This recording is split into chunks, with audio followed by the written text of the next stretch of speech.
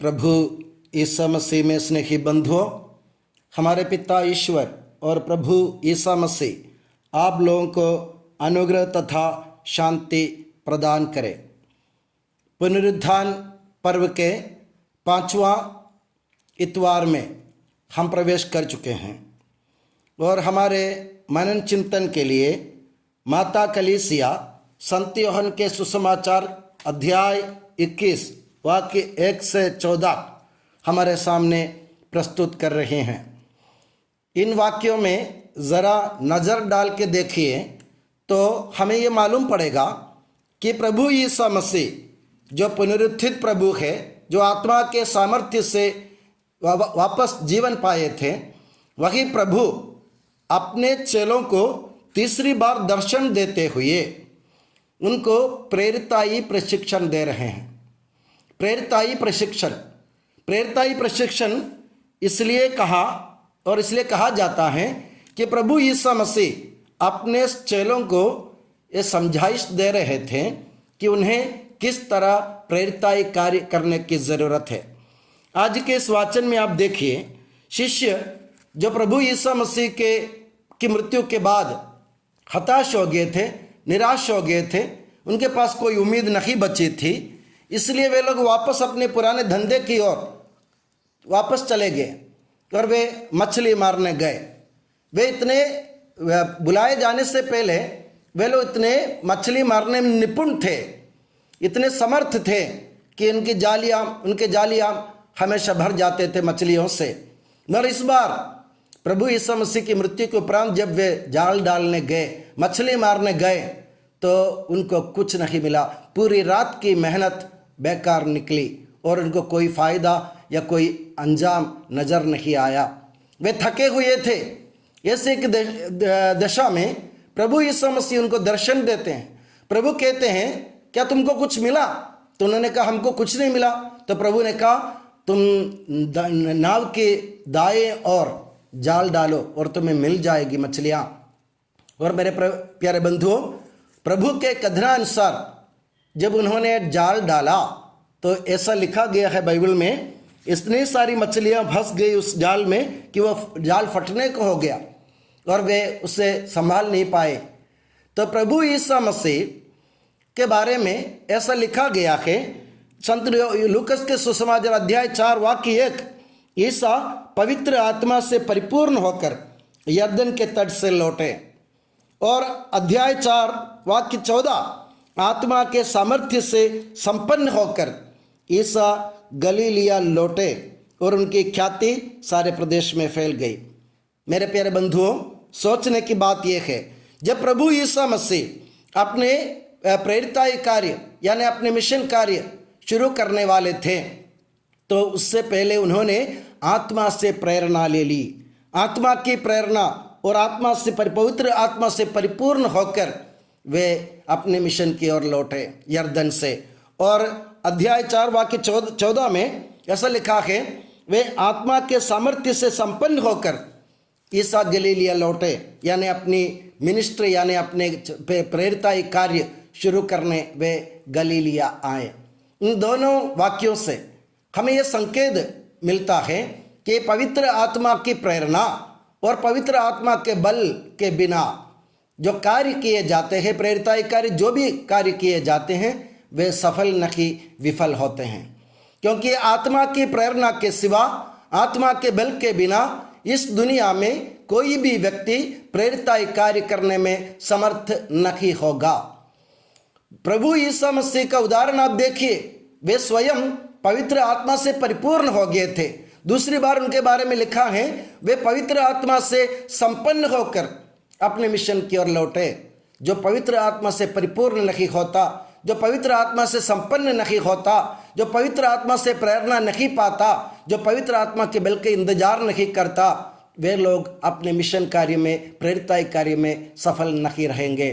कारण आत्मा ही, पवित्र आत्मा ही मिशन यानी प्रेरिताई कार्य का स्रोत है। वही इसका एकमात्र कारण है, वही इसका कारक है। तो पवित्र आत्मा के बल के बिना इस दुनिया में मिशन कार्य संपन्न होना मुश्किल है, नामुमकिन है। इसलिए प्रभु ने अपने चेलों को आदेश देते हुए जब स्वर्ग लौटने से पहले अपने चेलों को दर्शन देने के बाद प्रभु ने उन्हें एक ही आदेश दिया था कि जब तक ऊपर की शक्ति से संपन्न ना हो जाओ तब तक तुम यरूशलेम में बने रहो। तो प्रभु यीशु मसीह यह जानता था कि पवित्र आत्मा की शक्ति के बिना, उसके बल के बिना, उसकी प्रेरणा के बिना, उसके सामर्थ्य के बिना, उससे परिपूर्ण हुए बिना मिशन कार्य होना संभव नहीं है। इसलिए प्रभु ने उन्हें ये चेतावनी दी और ये आदेश दिया कि तुम लोग यरूशलेम में बने रहो जब तक तुम ऊपर की शक्ति से संपन्न ना हो जाओ। और आप देखते हैं कि पेंतकोस्त के दिन पवित्र आत्मा के आने के बाद ही, पवित्र आत्मा से बल ग्रहण करने के बाद ही, पवित्र आत्मा से प्रेरणा पाने के बाद ही शिष्य कुछ बोलने लायक बन गए थे। तब तक वे लोग जो द्वार बंद कर दे, यहूदियों के भय के कारण, दुनिया के डर के कारण द्वार बंद करके अंदर बैठे हुए थे, निडर हो, वे तो डरपोक होकर अंदर बैठे थे, वे लोग निडर होकर बेहिचक बाहर निकले और ऐसे बोले कि उनकी बोली जो अलग अलग भाषाओं में लोगों को समझ में आने लगी। तो मेरे प्यारे बंधुओं, ये प्रेरिताई कार्य पवित्र आत्मा का कार्य है। पवित्र आत्मा के शक्ति, पवित्र आत्मा की शक्ति, पवित्र आत्मा की ताकत और पवित्र आत्मा का बल, पवित्र आत्मा का सामर्थ्य पाए बिना कोई भी व्यक्ति इस दुनिया में मिशनरी नहीं बन सकते। इसलिए संत लूकस ने प्रभु यीशु मसीह के बारे में 2 बार उन्होंने यह बयान दिया, प्रभु यीशु मसीह पवित्र आत्मा से परिपूर्ण हो गए थे, प्रभु यीशु मसीह पवित्र आत्मा के से संपन्न होकर ही गलीले लौटे थे। और इसमें आप देखिए, पवित्र आत्मा से संपन्न होने के बाद ही प्रभु यीशु मसीह के बारे में लिखा है, पवित्र आत्मा से संपन्न होकर वे गलीले लौटे और उनकी ख्याति सारे प्रदेश में फैल गए। जब तक प्रभु यीशु मसीह को पवित्र आत्मा का अभिषेक नहीं मिला था, जब तक प्रभु यीशु मसीह ने बल ग्रहण नहीं किया था पवित्र आत्मा से, जब तक प्रभु यीशु मसीह ने पवित्र आत्मा से प्रेरणा नहीं पाई थी, तब तक उनकी ख्याति नहीं फैली थी। अब इसमें स्पष्ट लिखा है संत लूकस ने अध्याय 4 वाक्य 14 में, उनके पवित्र आत्मा से संपन्न होकर आने के बाद ही उनकी ख्याति फैल गई सारे चारों तरफ। मेरे प्यारे बंधुओं, अगर हमारे कार्य इस दुनिया में दुनिया वालों को दिखना चाहिए या हमारे कार्य इस दुनिया में संपन्न और सफल होना चाहिए, हमारे प्रेरिताई कार्य, तो हमें पवित्र आत्मा से बल ग्रहण करने की ज़रूरत है, जैसे प्रभु यीशु मसीह ने पवित्र आत्मा से बल ग्रहण किया था। और आज आप देखिए, इस गलीलिया के तट पर, तिबेरियस के तट पर प्रभु यीशु मसीह जो पुनरुत्थित प्रभु है, पुनरुत्थित प्रभु मतलब पवित्र आत्मा का प्रतीक है, और पवित्र आत्मा से संपन्न वो प्रभु जीवन में आए थे वापस। वही प्रभु अपने चेलों को समझाते हैं, गहराई में, पानी की गहराई में जाल डालो। ये हम जो कार्य करते हैं ना, पवित्र आत्मा के बिना हम जो कार्य करते हैं, पवित्र आत्मा से प्रेरणा पाए बिना हम जो कार्य करना सोचते हैं, और पवित्र आत्मा के बल के बिना, उनकी ताकत के बिना हम जो आगे बढ़ते हैं, प्रभु हमको सचेत कर रहे हैं, प्रभु हमको चेतावनी दे रहे हैं कि पवित्र आत्मा के बिना मिशनरी कार्य संपन्न नहीं होगा। नहीं तो होगा कैसे? जैसे शिष्यों ने ऊपर सतह पर, पानी के सतह पर जाल डाला और उनको कुछ नहीं मिला, और प्रभु पुनरुत्थित प्रभु जो पवित्र आत्मा का प्रतीक है, उनसे कहते गहराई में डालो। तो गहराई में काम करना हो, प्रेरिताई कार्य को गहराई में ले जाना हो, अगर उसका कुछ फायदा मिलना हो, अगर उसको सफल काम होना हो, तो पवित्र आत्मा की शक्ति, पवित्र आत्मा का साथ हमें अनिवार्य है। यह पहला सत्य माता कलीसिया हमको समझाना चाहती है आज के इस वाचन से। दूसरी बात, प्रभु यीशु मसीह ने चलों से कहा गहराई में जाल डालो, दाहिनी ओर जाल डालो। उन्होंने तरीका बता दिया, पवित्र आत्मा के साथ रहकर तुम गहराई की ओर जाओगे तो तुम्हारे जाल में इतनी सारी मछलियां फंस जाएंगी कि तुम उससे संभल नहीं पाओगे।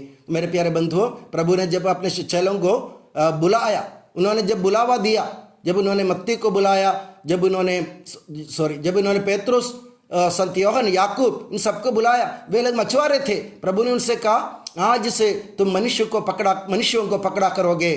तो मेरे प्यारे बंधुओं, यह जाल जो है वो ईश्वर के राज्य का प्रतीक है, और ईश्वर के राज्य के जाल जो हाथ में रखते हैं उन्हें पवित्र आत्मा से बल ग्रहण करने की ज़रूरत है।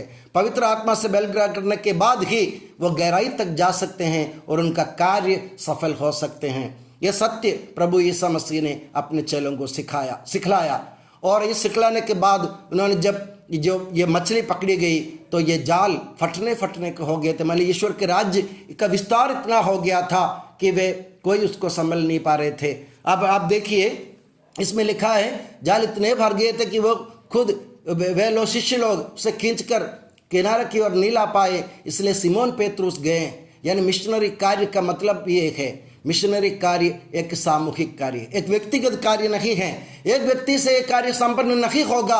हमें आप लोग सोचते होंगे मैंने इतना काम किया, मैंने ऐसा किया, मैंने वैसा किया, आपका सारे कार्य सतह पर रह गए, आपके कार्य गहराई से नहीं थे। जब आपके कार्य गहराई तक पहुंच जाएंगे तो आपको दूसरों का साथ चाहिए उस काम को, यानी उसको मुकाम तक लाने के लिए। इसलिए ऐसा लिखा है सिमोन पेतरुस गया और जाल खींच के किनारे ले आया। मतलब एक मिशनरी काम करता है, दूसरा उसका साथ देता है और सब मिलकर के ईश्वर के राज्य का विस्तार करता है। यही है आज के इस पवित्र वाचन का संदेश। प्रभु यीशु मसीह हमको ये बतलाना चाहते हैं, सामूहिक कार्य, व्यक्तिगत कार्य, मिशनरी कार्य नहीं होता। वो सतह पर रहेगा, गहराई पे नहीं जाएगा। जो गहराई पे जाएगा वो दूसरों का साथ चाहेगा और दूसरों के साथ पाने के बाद ही वो मिशनरी कार्य संपन्न कर सकेगा। तो सामूहिक कार्य होने का एक चेतावनी हमें प्रभु यीशु मसीह आज के सुसमाचार से दे रहे हैं।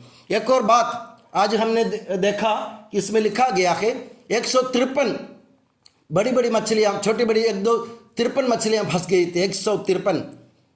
हम सोचते होंगे 153 का मतलब क्या, इस संख्या का अर्थ क्या हो सकता है? बाइबल पंडितों के अनुसार 153 का आंकड़ा एक महत्व रखता है। महत्व यह है कि ऐसा माना जाता है या दुनिया में ऐसा माना जाता है कि इस संसार में, इस ब्रह्मांड में या इस समंदर में हम सोचे तो 153 प्रकार की मछलियां हैं कुल मिलाकर के। पूरी दुनिया में आप जहां जाइए 153 प्रकार की मछलियां सारी दुनिया में घूमने पर आपको मिल जाएंगी। तो 153 मछलियां मतलब परिपूर्णता की बात है, मतलब किसी को छोड़ा नहीं गया, सब उसमें आ गए। 153 मतलब सारी जाति, मछलियों की जितने भी जाति थी सारी जातियां उस एक की जाल में आ गए। अब प्रभु यीशु मसीह कहना चाहते हैं, पहले उन्होंने संत यूहन्ना के सुसमाचार के अध्याय 10 वाक्य 16 में उन्होंने एक मार्मिक बात की थी प्रभु ने। आज वो सफल करके प्रभु दिखा रहे हैं। प्रभु ने कहा था मेरी और भी भेड़ें हैं, अध्याय जो संत यूहन्ना का सुसमाचार अध्याय 10 वाक्य 16। प्रभु कहते हैं मेरी और भी भेड़ें हैं और जो इस भेड़शाला की नहीं हैं, मुझे उन्हें भी ले आना है। वे भी मेरी आवाज़ सुनेंगी, तब एक ही झुंड होगा और एक ही गडेरिया। 153 का आंकड़ा आप समझिए, एक ही झुंड और एक गडेरिया। सब प्रभु यीशु मसीह की आवाज़ सुनेंगी। उनकी जो भेड़ें हैं जो इस भेड़शाला के नहीं हैं वे भी मेरी आवाज़ सुनेंगी। प्रभु कहते वे भेड़ भी मेरी आवाज़ सुनेंगे। एक झुंड होगा और एक गडेरिया। तो 153 का आंकड़ा जो है वो पूर्णता को सूचित करता है। यानी प्रभु ईश्वर के राज्य से कोई वंचित नहीं है, सब उसमें शामिल है, क्योंकि प्रभु यीशु मसीह एक ही गडेरिया है, वो एक ही झुंड हम उनके हैं। जो भी प्रभु यीशु मसीह को चाहते हैं वह प्रभु यीशु मसीह के झुंड में शामिल हो जाते हैं और कोई भी पीछा छोड़ा नहीं जाएगा। तो मेरे प्यारे बंधुओं, ये 2 सत्य आज के सुसमाचार से आप लोगों ने सुना। एक तो आपने सुना कि प्रभु यीशु मसीह कहते हैं पवित्र आत्मा के बल के बिना, पवित्र आत्मा की ताकत के बिना, उसकी प्रेरणा के बिना और उसके सामर्थ्य के बिना प्रेरिताई कार्य इस दुनिया में सफल नहीं होगा। दूसरी बात, प्रेरिताई कार्य किसी एक व्यक्ति का कार्य नहीं, एक ताकत का कार्य नहीं, किसी एक व्यक्ति के बपोती नहीं यह अपने प्रेरिताई कार्य, बल्कि प्रेरिताई कार्य एक सामूहिक कार्य है जिसमें सबको हाथ बटाने की ज़रूरत है।